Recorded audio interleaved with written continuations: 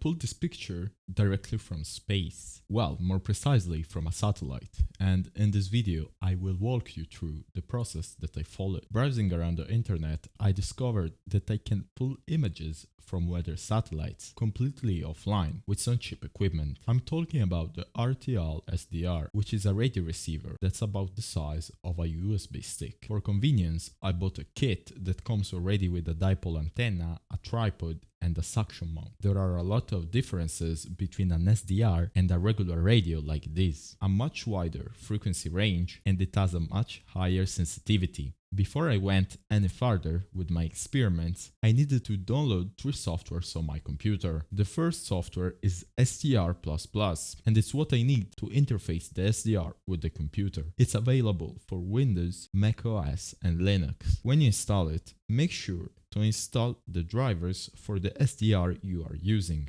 or else the program will not detect the SDR. The second piece of software that I installed is called gPredict, and its purpose is to predict when the satellite will pass over the selected geographical position. As an alternative, there is a website called ntuio.com. The third and last software is SatDump, which is the software I used to decode the data sent by the satellite. The first thing I did was to open gPredict and see when the satellite would have passed above me. Before I continue, I want to share with you some things to do and check when you use gPredict for the first time. The first is to go on Edit, then Preferences, Number Formats, and toggle Show Local Time instead of UTC. Another important thing you must do is to go on Edit, then press Update TLE files from the network. These 2 steps will ensure that you get accurate times for the prediction of the passes. So in my case, I wanted to get signals from NOAA 15, 18 and 19. To add them, I went on the icon on the right and selected them from the list. To see the time of the pass, I right-clicked on the satellite, then on Future Passes. The next thing I had to do was to set up the receiving station. Regarding the antenna, I built a V-dipole with the 2 halves of the dipole 120 degrees apart from each other and 54 centimeters long, as shown in this great guide, link in the description. I created a simple template to space the 2 halves of the dipole at the right angle. If you want, you can use the picture on the screen.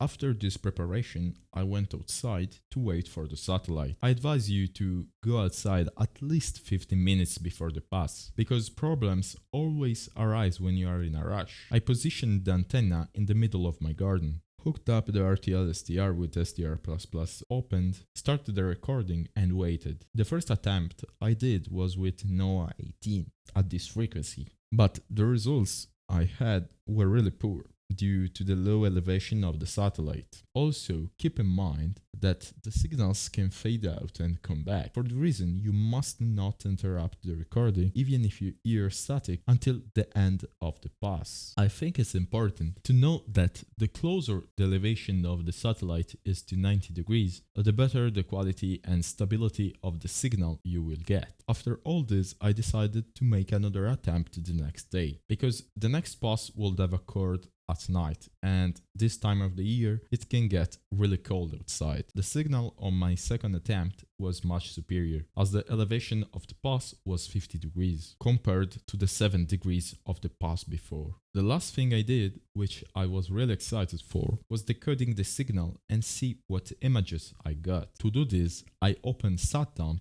searched NOAA APT, selected the audio recording and the output to the desktop, and selected input level to audio WAV. These are the images I got in the first pass. As you can see, there's a lot of noise and static, and this is what I got on my second attempt. The results I got are not the best, but I really enjoyed doing this, and I will definitely look more into this satellite reception thing, build my antenna, and maybe also try with some other satellites. If you enjoyed the video, subscribe